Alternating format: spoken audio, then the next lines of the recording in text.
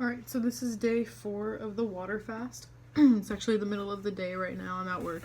I didn't have time to do my video later on because I'll be doing other stuff tonight till late. But anyways, so far I'm at 8 gallons of water, so I'm pretty proud of that.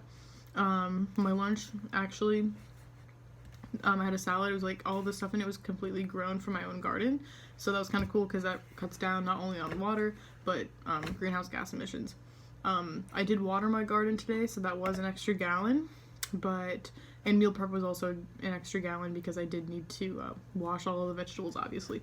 So, you know, I'm not gonna do that every day, but I feel like it was nice to cut down into water and on water in a way that I was like doing it self-sufficiently, so it was like just by having eating food that I'd already grown, but also like I did have to use water to like clean it and water the garden.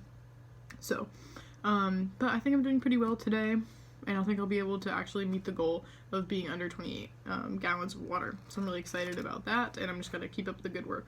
I also wanted to study a little bit during my lunch break here at work. And so I was like going over our book, and I also remembered that we read The Creation, and I think like the first or the second week of class, and I remember in the beginning it talks about how the earth was just completely covered by water at first.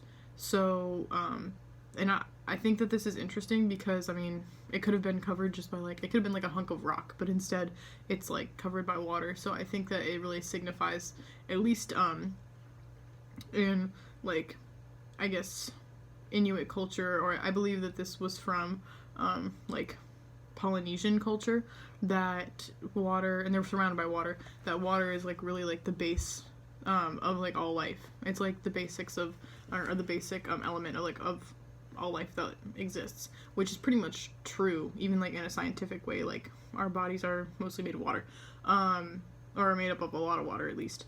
So I think that that's pretty interesting, and how even like, you know, thousands of years ago, it's like people recognize that water was like completely essential to life on a physical and a spiritual level, which is really, really interesting. So it was kind of cool to look back into our readings and make that connection.